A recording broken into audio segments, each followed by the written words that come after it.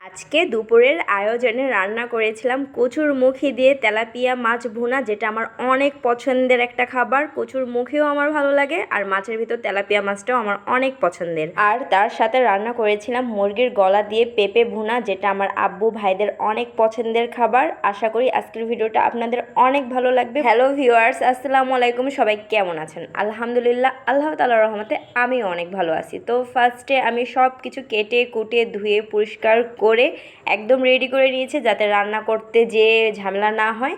তারপর হচ্ছে আমি মাছটা আগে রান্না করব, তার জন্য মাছটাকে ম্যারিনেট করে নিচ্ছি। মাছটাকে ম্যারিনেট করার জন্য আমি হলুদের গুঁড়া, মরিচের গুঁড়া, স্বাদ মতন লবণ আর আদা রসুন বাটা দিয়েছি। দিয়ে সুন্দর করে মাখিয়ে আমি 5 মিনিটের মতন রেস্টে রেখে দিয়েছিলাম।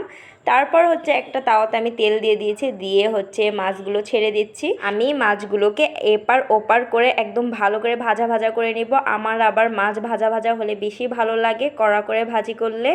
তারপর হচ্ছে আমি মাছটাকে এক সাইডে রেখে দিলাম, যেহেতু ভাজা হয়ে গেছে। এবার হচ্ছে আমি রান্না করার জন্য আরেকটা হাঁড়ি বসিয়ে নিয়েছি। তারপর হচ্ছে আমি 2টো তেজপাতা আর একটা শুকনো মরিচ কুচি করে কেটে দিয়েছি, আর সয়াবিন তেল দিয়েছি, আর পেঁয়াজ কুচি দিয়ে নিলাম। দিয়ে এটাকে আমি একদম ব্রাউন কালার করে ভেজে নিয়েছি। আর পেঁয়াজটা যত লাল করে ভাজবেন তরকারির কালারটা কিন্তু ততটাই লাল হবে, তার জন্য আমি একটু পেঁয়াজটা লাল করে ভেজে নিই। তারপর হচ্ছে আমি আদা রসুনের পেস্ট আর কাঁচামরিচের পেস্ট দিয়ে নিয়েছিলাম, দিয়ে একটু নাড়াচাড়া করে পানি দিয়ে দিলাম যাতে পুড়ে না যায়। তারপর আমি বাকি মশলাগুলো অ্যাড করেছি, দিয়ে দিয়েছিলাম হলুদের গুঁড়া, মরিচের গুঁড়া আর স্বাদ মতন লবণ। দিয়ে মশলাটাকে কষিয়ে নিয়েছি যতক্ষণ না তেল ফুটে উঠে। যখন তেলটা ফুটে উঠেছে তখন আমি কচুর মুখিগুলো দিয়ে নিয়েছি, বা কচুর গাঁঠি যেটাই বলেন।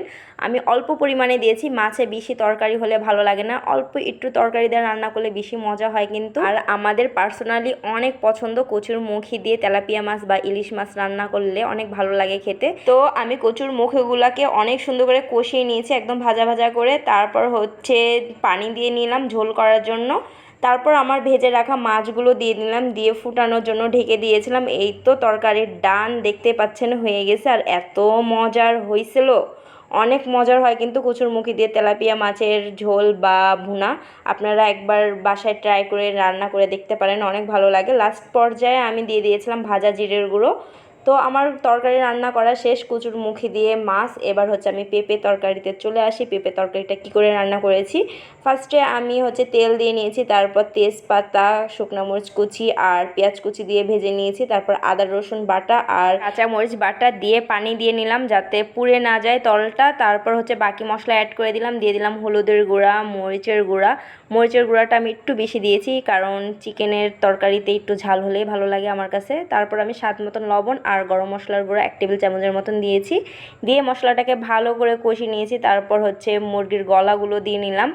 গলাটা এখন আমি ভালো করে কষানোর জন্য একটু পানি দিলাম, দিয়ে নাড়াচাড়া করে ঢেকে দিব যাতে গলাটা সুন্দরভাবে সিদ্ধ হয়ে কষে যায়। তো আমি 2 মিনিটের মতন ঢেকে দিয়েছিলাম। তারপর ঢাকনাটা তুলে আরও 2 মিনিট কষিয়ে নিয়েছি সুন্দর করে ভাজা ভাজা করে। যখন নিচে একদম পুড়ে যাচ্ছে সেই পর্যায়ে আমি পেঁপে দিয়ে নিলাম। আর আমি পেঁপে একটা দিয়েছিলাম, আর হচ্ছে একটা বড় সাইজেরই পেঁপে ছিল, আর 2টা হচ্ছে আলু দিয়ে নিয়েছি কেটে ডুমডুম করে।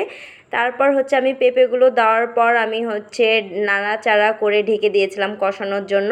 আমি একদম অনেক সময় ধরে মানে পুরা 10 মিনিটের মতন কষিয়েছে পেঁপে, আলু আর গলাটা।